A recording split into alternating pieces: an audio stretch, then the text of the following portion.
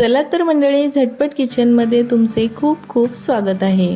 मंडळी, आपण वडापाव खाल्ला आहेत आणि त्यानंतर आपण ब्रेड पॅटीस, ब्रेड वडा देखील आपण नेहमी खातो. पण आज मी तुमच्यासोबत एक नवीन रेसिपी शेअर करणार आहे. ब्रेड आणि बटाट्यांपासून आपण ही रेसिपी बनवणार आहे. एकदम चटपटीत अशी रेसिपी मी तुमच्यासोबत शेअर करणार आहे. चला तर मग जराही वेळ वाया न घालवता आपण रेसिपीला लगेचच सुरुवात करूया.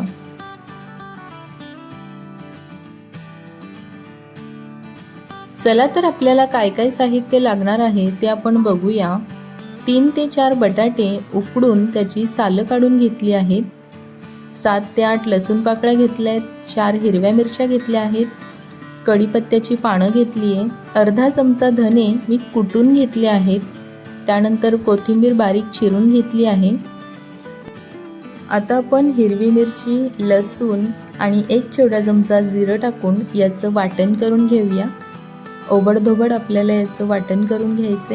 हे बघा, 1 छोटा चमचा जिरा टाकते आणि आता आपण याची पेस्ट करून घेऊया. बघू शकताय तुम्ही, याची पेस्ट आपण करून घेतली आहे. आता बटाटे ना आपल्याला असे स्मॅश करून घ्यायचेत. तुम्ही हाताने देखील अशी कुस्करून घेऊ शकता किंवा पावभाजीच्या स्मॅशरने देखील तुम्ही याला कुस्करून घेऊ शकता. मी हाताने बघा असे सगळे बटाटे कुस्करून घेतले आहेत. गॅसवर पॅन ठेवून घेतला आहे. त्यामध्ये मी 1.5 चमचा तेल टाकले. तेल छान गरम झाले. 1 छोटा चमचा मोहरी टाकून घेतली आहे. त्यानंतर एक अर्धा चमचा जिरा टाकला आहे. जिरा आपण अर्धाच चमचा घालतोय कारण की आपण वाटणमध्ये सुद्धा जिरा वापरलेला आहे. त्यानंतर कढीपत्त्याची पानं टाकून घेऊया. आता आपण केलेलं वाटण यामध्ये टाकून घेऊया. हिरवी मिरची, लसूण, जिरा आपण कच्चं वाटण केलेलं आहे, त्यामुळे छान याला तेलामध्ये परतून घ्यायचं आहे. खरपूस असं भाजून घ्यायचं आहे, म्हणजेच मिरचीचा आणि लसूणचा कच्चा वास येणार नाही. बघू शकताय तुम्ही, छान तांबूस रंग येईपर्यंत मी याला भाजून घेतले. त्यामध्ये आपण केलेली धन्याची कूट टाकून घेतली आहे आणि एक अर्धा चमचापेक्षा कमी आपण यामध्ये हळद वापरली आहे. छान आपण याला आता असं मिक्स करून घेऊया. आता आपण कुस्करलेले बटाटे यामध्ये टाकूया. बटाटे टाकून छान मसाल्यामध्ये एकजीव करून घ्यायचे आहेत. पूर्ण फोडणीमध्ये आपल्याला छान मसाले एकजीव करून घ्यायचे. त्यानंतर 1 चमचा मीठ टाकायचे आणि थोडीशी कोथिंबीर टाकूया आणि व्यवस्थित त्याला असं मिक्स करून घ्यायचे. बटाट्यांचं मिश्रण आपलं तयार झालेलं आहे. आता आपण थंड होण्यासाठी याला साईडला ठेवून देऊया आणि पुढे आपल्याला काय काय साहित्य लागणार आहे ते बघूया. ब्रेड घेतले आहेत आपण. मीडियम आकाराचे ब्रेड मी घेतलेले आहेत.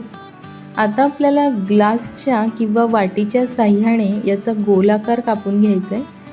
हे बघा, या पद्धतीने मी असा गोलाकार कापून घेतलाय. बघा किती सुंदर आकार गोल आलेला आहे. सगळे ब्रेड आपण याच पद्धतीने कापून घेऊया. बघू शकता तुम्ही, सगळे ब्रेड मी कट करून घेतलेत. एका बाउलमध्ये 1.5 कप बेसन पीठ मी मोजून घेतलं आहे. त्यामध्ये आपल्याला पाऊण चमचा मीठ टाकायचे.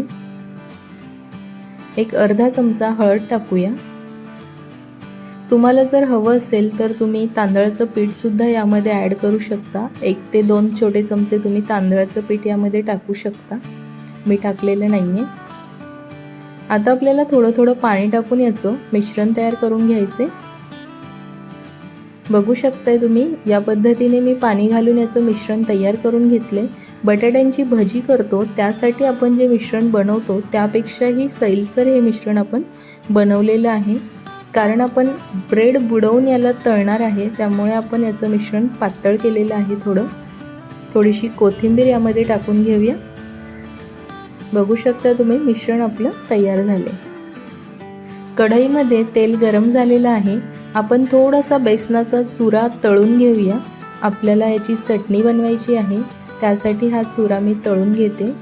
असा चमचाने टाकायचा आहे बारीक बारीक आणि छान याला असा लाल रंग येईपर्यंत कुरकुरीत आपल्याला तळून घ्यायचं आहे. गॅसची फ्लेम मी मीडियम ठेवलेली आहे, म्हणजेच ते छान असे कुरकुरीत होतील. बघू शकता तुम्ही छान लाल रंग आलेला आहे।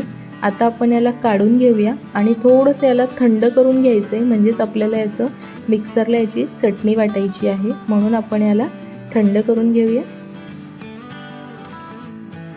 चुरा आपला थंड झालेला आहे, मिक्सरच्या भांड्यामध्ये टाकून घेते।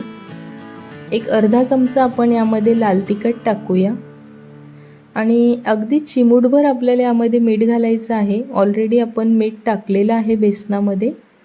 त्यानंतर 5 ते 6 लसूण पाकळ्या टाकूया आणि छान बारीक याचं वाटण आपल्याला वाटून घ्यायचे। बघू शकताय तुम्ही छान बारीक अशी चटणी आपण याची वाटून घेतली आहे। ऑलमोस्ट सगळी तयारी आपण करून घेतलेली आहे।